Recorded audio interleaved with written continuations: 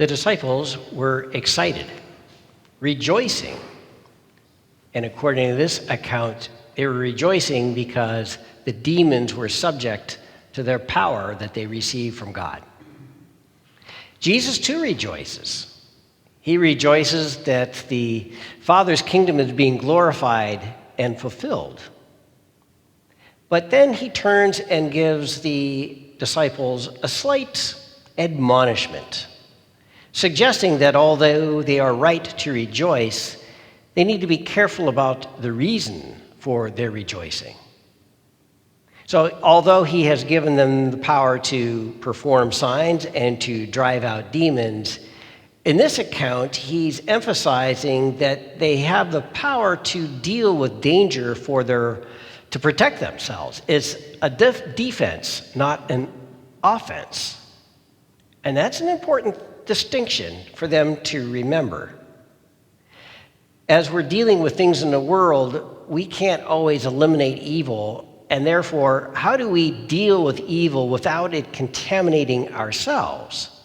Our own desire to eliminate it in itself can be weaponized by the devil. So I believe Jesus is trying to remind the disciples that don't get cocky, don't get full of yourselves, don't be impressed, because it's only by the power of God that this is occurring, and your very desire to be victorious can be weaponized. Be defensive, on the defensive, but be humble. And I think that that's a thing that we sometimes miss in our culture because we want to eliminate evil and then we'd be on easy street. Perhaps one of my most philosophical and earliest theological questions was to my mother, and I might have been 4 or 5 at the time, and I asked her, when you get to heaven, is it going to be hard to be good? Because I knew as a youngster being told what was right and what was wrong, and it was a struggle to be good. And it would stink to get to heaven and then for all eternity to still have to struggle to be good. Tell me it's going to be easier. My mother, without knowing anything about theology, says, yes, it will be easier to be good in heaven. Great. That's heaven. What about here? How do we deal with evil that's in our world and in our own members without it becoming a bigger problem? A number of weeks ago, I went away on a conference, and it was about leadership in the church.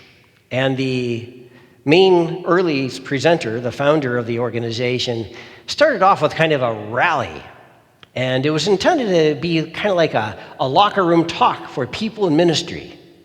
Thank you for being a soldier for Christ. You are in a battle with the evil one, and it is so important that we become victorious over the evil one. Nice to build up enthusiasm.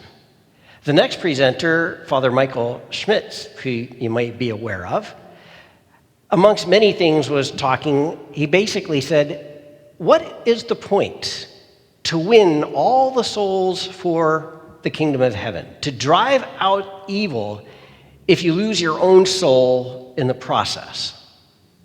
He wasn't targeting any one individual, but I think most of the people that were there, myself included, recognized the challenge to be in ministry and to think that you're doing it for the right reason and have the best of intentions, and at the still time get sloppy in your own discernment, sloppy in your own use of conscience.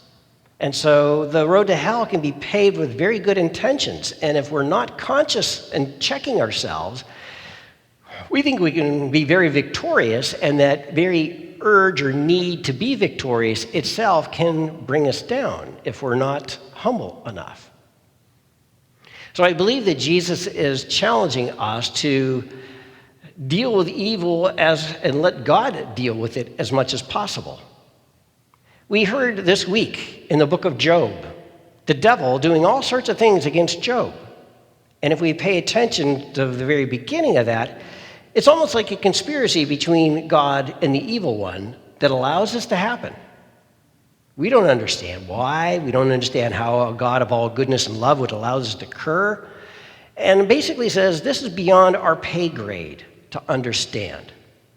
So inasmuch as we are challenged and obligated to resist evil as much as possible, Again, we have to leave a lot of that in the hands of God, because when we grab our ideologies and we weaponize them to drive out demons and evil, odds are we're going to be missing the plank in our own eye as we gouge out the eye of those we're trying to get a speck out of.